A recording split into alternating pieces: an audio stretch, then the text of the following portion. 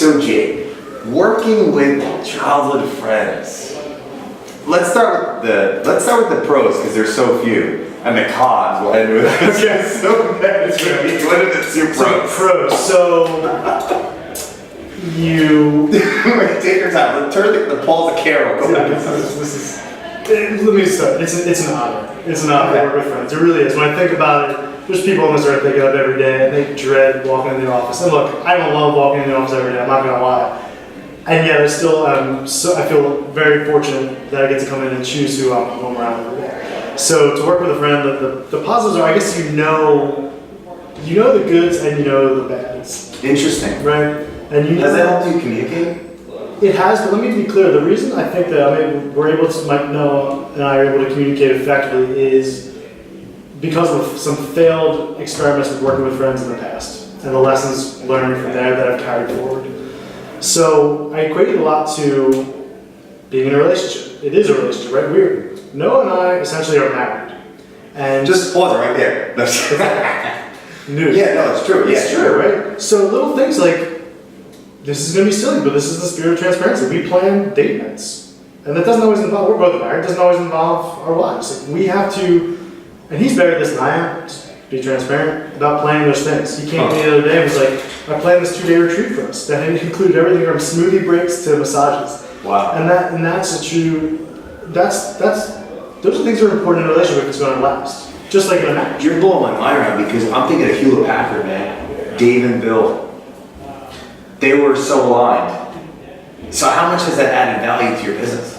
It creates the space when we don't agree, right? Because you have the relationship as the foundation. The business is not the foundation. The relationship is the foundation. The business is going to change. So the relationship is the foundation. The business will change. You build a business on top of a relationship if it's a partnership, right? It's culture.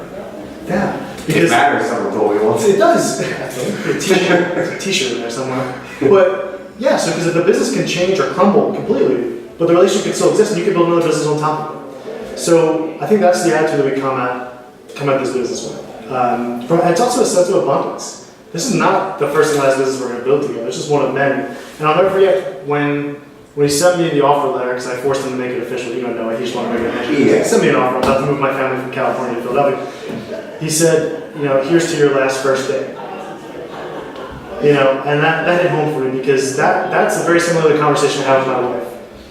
We said when we first got married, no matter how crazy things get, the D word can never come out of our mouths. Wow. Because once that word comes out, it can't be unheard. It's out there, right? And even in these moments where I want to strangle him, because maybe he wants to take the business in a direction that we just talked yesterday about that, it's like, I made the commitment. Those words of, if you don't do this, I'm out, that's not productive. That can't come out of our mouth. So that's not part of your belief system, it's part of your values. Yeah, it's not there. It just can't. The D word cannot come out if we're going to build a productive relationship upon which we will build a productive business. Where did this wisdom or insight come from? Because I can see someone watching this and be like, all right, they must be like special. I lost a lifelong friend.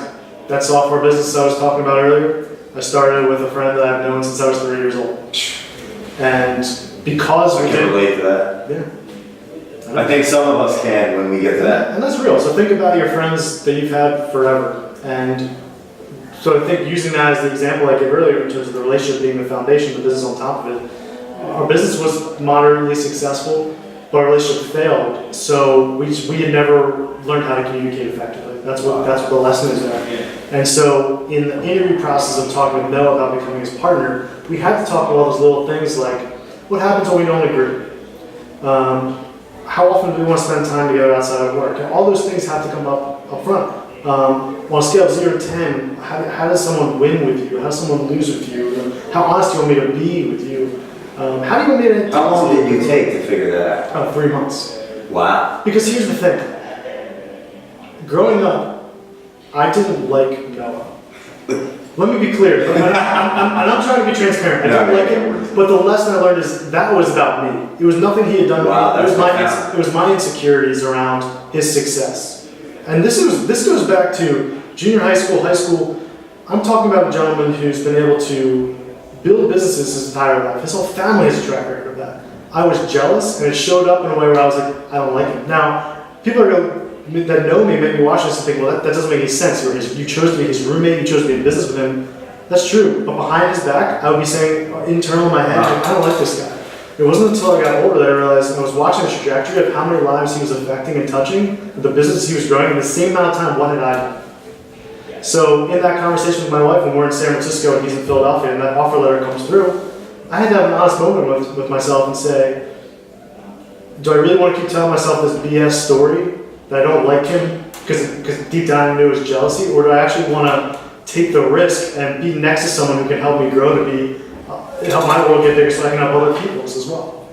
And here we are. So now, personally, I'm curious because I think that anyone that strives for something that's bigger than themselves might that cause that ripple effect to others to maybe be aligned with them, right? Not like them, not respect them, face value. At the point where you could look in the mirror and say, this is me projecting my own jealousy in a sense.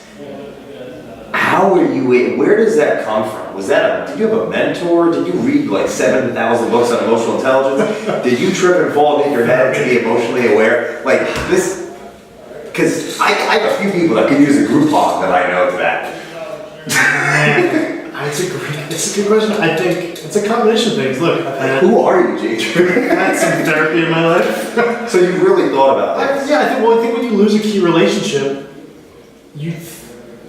it's just like losing whether they're still on this planet or not, you think about it. So that friend that you had that didn't work out made you introspect on yourself and then look at when Noah offered you that opportunity, you were like, maybe this is me. Yeah, and I'll tell you what, I can remember another example of how when I hit home, I was interviewing for a while. I worked as a maps coach for Keller Williams. I was coaching other real estate. It's awesome, I know that. It's cool. I was very fortunate to do it, and going through that process of interviewing for it, they put you through a lot of different examinations and assessments. And there's a person on the other end of the phone at the Keller Williams headquarters in Austin that I had never met. And he was going through my assessment and dealing with my thinking. And he keyed in on that relationship and lack of closure around it with my previous partner as being a roadblock that I was still not through. He never met me. He was reading through an analysis after I took some sort of thinking test and was able to pinpoint, he's like, you're not over that relationship. And so he's like, he knew I was about to get on the plane that afternoon. He said, when you get on that plane, I want you to journal a letter to this person. He's like, whether you send it or not, it's up to you, but you need some closure there, so figure out how to get it. And maybe that's one way you can do it. So I did. I got on the plane that afternoon. When the wheels took off from the ground, I started writing the note, and it wasn't until they touched down that I stopped. And when I said to myself, I folded up the letter, I never sent it. When I folded up the letter, I said, when I walk out the door of this airplane, that's my closure. This relationship's over. I've made my mistakes, I've owned my side, and I've learned my lessons, and I'm going to move forward now with new relationships, and it's not going to affect them anymore. And it was that coach that I never met up to that point. Wow. That's the thing I needed to hear in that moment, which is what true coaches do, by the way. And that was the trigger. It's like, this is still weighing on me, I need closure. I think I have a couple letters to write. So someone that maybe came in at the last minute of this video, working with friends, what's your best piece of advice you can give to someone? Treat and study up on effective relationships in general. If marriages are the easiest one to find figure out what communication strategies work. Learn the person's love language. You know? Oh, the 5 love languages. Yeah, that's a great book. So yeah, no. I think I'm positive affirmation and touch. But yeah, that's touch. kind of awkward and. But you still have to understand it, right? Because if I keep trying to send him, gifts that cost money, that's not going to get the message to. I have to give him a hug. He's a hugger. You gotta know.